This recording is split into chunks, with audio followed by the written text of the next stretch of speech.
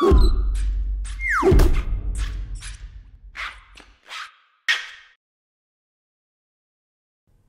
everyone, welcome to a very exciting Good e-reader review. This is Michael. This is Peter. We have here the second generation Amazon Kindle Oasis.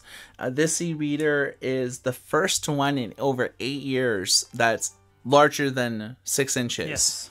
That being the Kindle DX. So this is 7 inches. The screen is completely flush with the bezel. It has a resolution of 1680 by 1264 at 300 ppi, and it is waterproof with an IPX8 rating, so 5 meters of fresh water. Other than the side here, because that's where all the circuitry is, the bezel and the actual thickness of the device is very small. Flush screen and bezel. The back is a very nice aluminum-esque backing. It's symmetrical if you hold it this way, asymmetrical this way. Power button on the top, USB on the bottom, physical page turns on the side, and a very oversensitive gyroscope that always seems to change when you don't really want it to. We'll show you this in the full comparison of these two, but for now this is the last generation Oasis. So you can actually see how small it really is. And you'll see that there's the circuitry on the back. This is for the pins for when you attach it to the mandatory case. Without the case, the e-reader does not last very long, and the case is included in the purchase. This is the 7-inch newest Oasis that does not have a case. So this is the main home screen. You see recommended for you. This is based on, purchases and things like that. This is your library, your reading lists, and if you click here, this is sort of showing you all the items, including audiobooks and samples and like all that. You can sort by recent title author. All items. You can just show audiobooks if you want. We have it on all items, so it'll show our manga, our comics, everything that we've purchased, so you could sort by that if you want to. Now, in terms of the home screen, Amazon recently revised their home screen about a year or two ago. A lot of people aren't too keen on that, so you can actually change this if you wanted via the settings menu, device options, advanced options, turn that off. And then you sort of go back to the quintessential, your home screen is basically your library.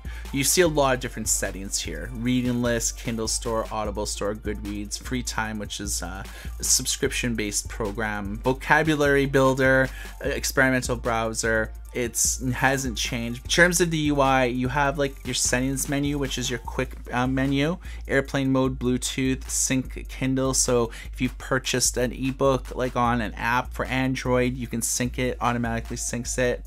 And this is just your quick thing, auto brightness or change like the luminosity of like the light.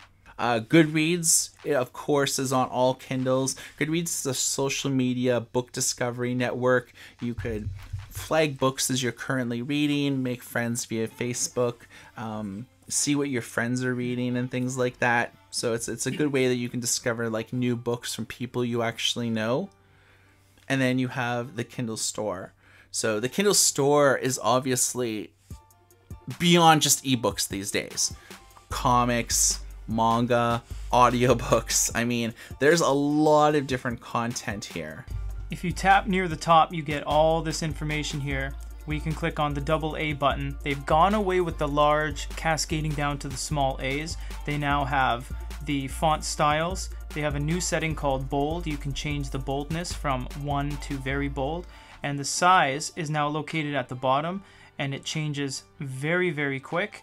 And instead of 7 levels, it now has 14 levels. And you have spacing, margins, orientation, alignment, and you have location and book and some information here. So if you click none, all of the stuff on the bottom has disappeared.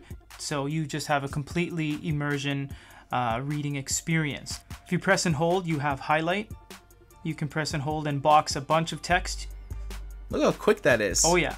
We can go to note, conventional QWERTY keyboard. Nothing has changed in that regard. It's very responsive. You have a whole bunch of different keys. You can save. Top right corner does bookmarks. You can also long press and go to the more section, and you have open dictionary, report content error. So if you scroll like this, you can actually see like the first one was dictionary in Wikipedia.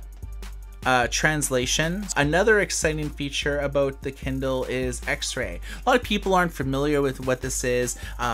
X-ray is, on a Kindle at least, people, places, and things. Main characters, where they're referenced in the book, how many times that they're referenced. It's easy if you're doing book reports, but also if you're juggling many books at once. Now, it's really important to note that this plays audiobooks.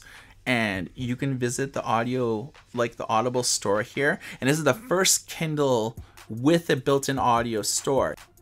So this is the audiobook player. You can change the speed in which it's read back.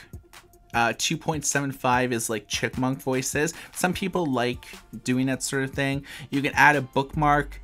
It's the volume here. Now it's important to note that we are connected via my Beats Solo headphones. Now you cannot connect up to a phone. You can't connect up to an Android phone.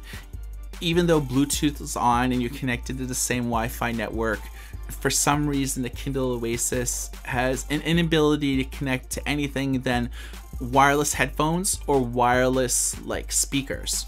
So how exactly do audiobooks like sound? Well, let's check it out. John gave a headache.